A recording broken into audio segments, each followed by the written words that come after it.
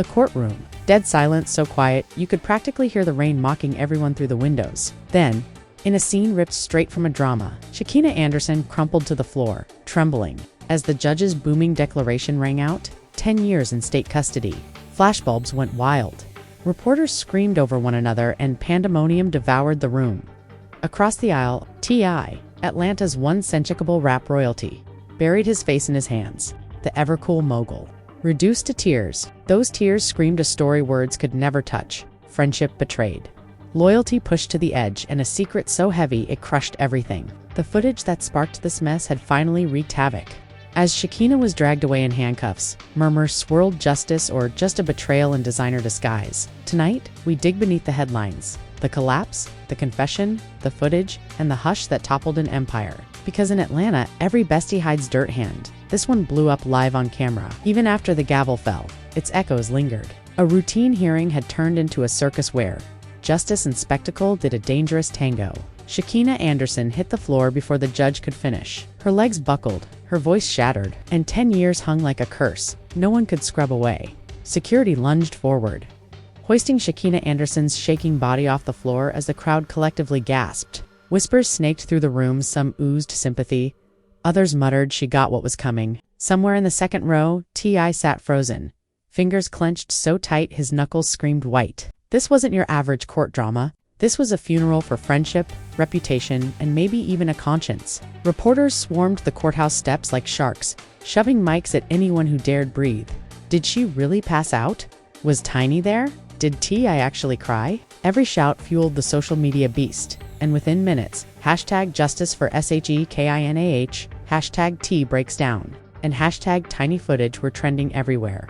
The lawyers had officially lost control. The internet owned this circus. Inside, Tiny Harris remained ghostly calm. Her attorney whispered directions, steering her past the camera frenzy. She didn't flinch, didn't glance at the stretcher-bound former sister. Months of prepping for closure, gone. Peace had fled, not in the street cries, not in T.I.'s sobs, and certainly not in the haunted eyes of the friend she'd just betrayed. That night, Atlanta pulsed like an exposed wire. News vans clogged the streets outside Shekinah's apartment, lights cutting through the relentless rain.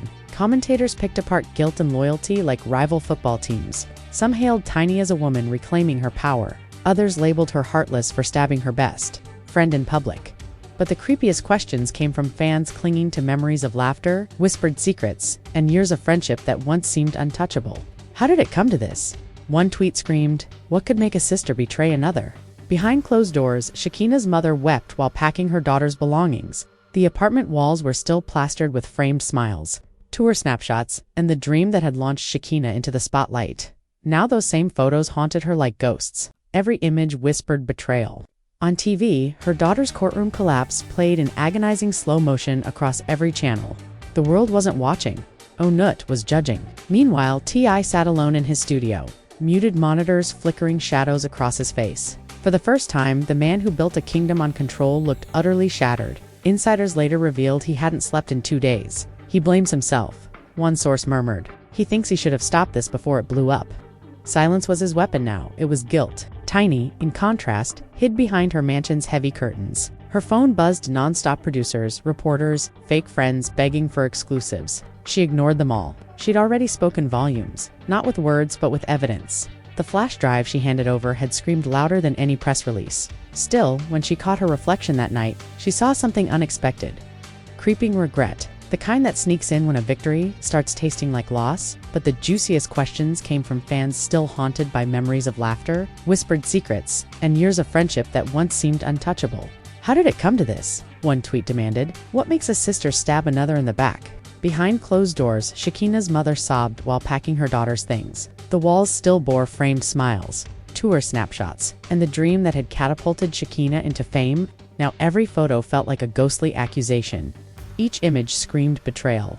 On TV, her courtroom collapse replayed in torturous slow motion on every channel. The world wasn't just watching, it was passing judgment. Meanwhile, T.I. sat alone in his studio, muted monitors casting flickering shadows across his face. For the first time, the man who built an empire on control looked completely broken. Insiders later revealed he hadn't slept in 2 days. He blames himself, one whispered. He thinks he could have stopped this disaster before it exploded.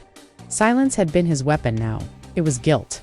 Tiny, meanwhile, hid behind her mansion's thick curtains. Her phone buzzed, endlessly producers, reporters, and fake friends begging for exclusives. She ignored them all. She'd already said everything via evidence, not words. The flash drive she'd handed over had screamed louder than any statement. Yet when she saw her reflection that night, she glimpsed something unexpected. Creeping regret. The kind that creeps in when a victory starts tasting bitter. The footage? She knew exactly what they'd snipped the part that could have saved her. And now? She wasn't just grieving her freedom, she was plotting her next move. Because even behind bars, Shekinah Anderson wasn't finished. Not by a long shot. Rain slammed over Atlanta like the city itself couldn't keep a secret, pounding courthouse windows and washing away the chalk outlines of yesterday's drama. But even that storm couldn't silence the chatter. Every radio, live stream, and gossip feed had one name scorching through it: Shekinah Anderson. Inside her frigid holding cell, Shekinah lay awake, replaying the courtroom over and over, the gavels hammering, the crowd's gasps, the floor rushing up as her knees gave way. Her universe had shrunk to 4 gray walls and a single dim light flickering like a dying star. No phone, no followers, no voice, just time. And time had never been crueler. Guards passed, murmuring her name like a juicy rumor. She caught fragments. They say T, I lost it in front of the cameras. Tiny hasn't said a word. There's supposedly another video. Her pulse raced. Another video. Her stomach churned. Someone still had it. The real, uncut clip that could exonerate her? But who? Across town, T.I. sat alone in his studio, the very place where he'd built his empire. The air reeked of whiskey and regret. Screens flickered with headlines and reaction clips. Talk shows analyzing his tears, commentators picking apart every second of his courtroom meltdown. For years, he had been the man in charge, the one controlling the narrative, calling the shots. But now, the story had flipped. His name was trending again, but not for music this time, for silence. He grabbed his phone, scrolled past hundreds of messages, and paused on one from a blocked number. You want the truth? Meet me where it all began. No signature, no clue, just the promise of more pain. Meanwhile, Tiny sat in her living room, rain streaking the glass, her mansion eerily silent. Every reflection seemed accusatory. She hadn't slept since the verdict. The news painted her as calm, victorious, untouchable but inside. She was fraying. That flash drive, the one she'd handed to the court, had been her weapon, but now it felt like a curse. When the phone rang, she almost let it go. Something told her not to. A whisper came through. Tiny, you need to see this. Before she could react, a file link appeared in her inbox, with the subject line, The Truth You Buried. Her hands shook as she clicked the file open. Grainy footage filled the screen, same clinic hallway, same timestamp. But this cut didn't stop where the courtroom version had. The camera slid left, revealing another figure. A man in a dark hoodie, face half hidden. His voice was soft but unmistakable. Make sure this he even claimed T.I. left him to struggle in the hood. But here's the kicker. The media... Someone else. Someone painfully familiar. She froze the frame, zooming in on the reflection in the clinic window. Her breath hitched. It looked like T.I. She sat paralyzed. Thunder cracking outside, walls closing in. If this footage was real, everything she'd believed, the betrayal, the anger, the justice, was a lie. Across town, T.I. stood under a flickering streetlight behind an old recording studio at the birthplace of his story with Tiny and Shekinah years ago. The city was quiet, rain dripping, traffic humming in the distance. He checked his watch, then noticed a figure approaching, umbrella angled low. Without a word or glance, the person handed him a small envelope. He opened it, revealing a flash drive the very same Tiny had carried to court. His heart raced. On the back, in black marker, "Play it before it's too late." He bolted home, shoved the drive into his laptop, and waited. The video crawled to life, another take of the same footage, but this time with longer, sharper audio. Shekinah's voice trembled. "I don't want to do this. It's wrong," a man replied, calm and commanding. "It's already done. Keep your mouth shut." The camera wobbled, catching the man's reflection in a window. T.I. froze, his stomach churned. That reflection, it was him. For a heartbeat, he couldn't breathe. This wasn't staged, it was real. Yet incomplete? The court had seen everything except this portion. Someone had sliced, trimmed, weaponized it. And the one who submitted it was Tiny. He buried his face in his hands, the truth crashing over him like a freight train. His silence had damned an innocent woman. And now, if this leaked, it could destroy them all. Tiny's phone buzzed again, a new message from the same anonymous sender. "We warned you. Now everyone will see the full version." Her blood ran icy. Outside, lightning split the sky. As social feeds exploded, new footage leaked, Tiny and T.I. implicated in video scandal. Within minutes, pandemonium reigned online. The world that had cheered Tiny's victory now branded her a liar. Commentators screamed betrayal, fans demanded answers, and those who once praised her spun on their heels. In her mansion, Tiny let the phone fall, heartbeat hammering like a drum in her ears. Somewhere downtown, T.I. slammed his laptop shut, realizing the damage was done. The truth was out, and the internet never forgets. Meanwhile, in her cell, Shekinah smiled for the first time in weeks. She didn't know how the footage leaked, but one thing was clear: this story wasn't finished. The war for truth had just ignited. Rain pounded Atlanta nonstop for 2 days, sweeping away the last chalk outlines of courtroom chaos. Peace never lasts in a city fueled by secrets. By morning, the leaked footage had gone viral, millions of views in hours. Every frame dissected by gossip channels across the web. The truth was out, but it carried more questions than answers. Tiny woke to a house colder than ever. Silence sliced through the rooms, each heartbeat a drumbeat of dread. Her phone buzzed relentlessly with messages she couldn't face. Headlines screamed, Tiny and T.I. exposed. New evidence suggests setup. She poured herself a drink despite it barely being sunrise. Whispering between guilt and fear, it wasn't supposed to happen like this. Across town, T.I. unraveled. The new footage had obliterated his last defense. That reflection of the voice, the commandant, was him. Every outlet looped the clip, casting him as the hidden mastermind behind the cover-up. His studio looked like a battlefield of shattered glass and scattered papers. He tried calling Tiny, but she didn't pick up. Maybe she couldn't. Maybe she didn't want to. Maybe she didn't want to. Meanwhile, Shekinah sat in her cell, eyes glued to a small TV in the corner as chaos exploded across Atlanta. The guards had stopped mocking her. Some even regarded her differently. Now pity. Maybe respect. The footage had spoken. It wasn't her lie. She'd been ensnared in someone else's deception. Yet vindication didn't warm the cold walls or erase the 10 years stamped on her record. She knew the battle wasn't over, it had merely changed shape. Outside, the media had declared open season. Reporters tore into bank records, social circles, and old interviews. Every whisper became a headline. T.I. and Tiny's empire in ruins. Shekinah plans legal counterattack.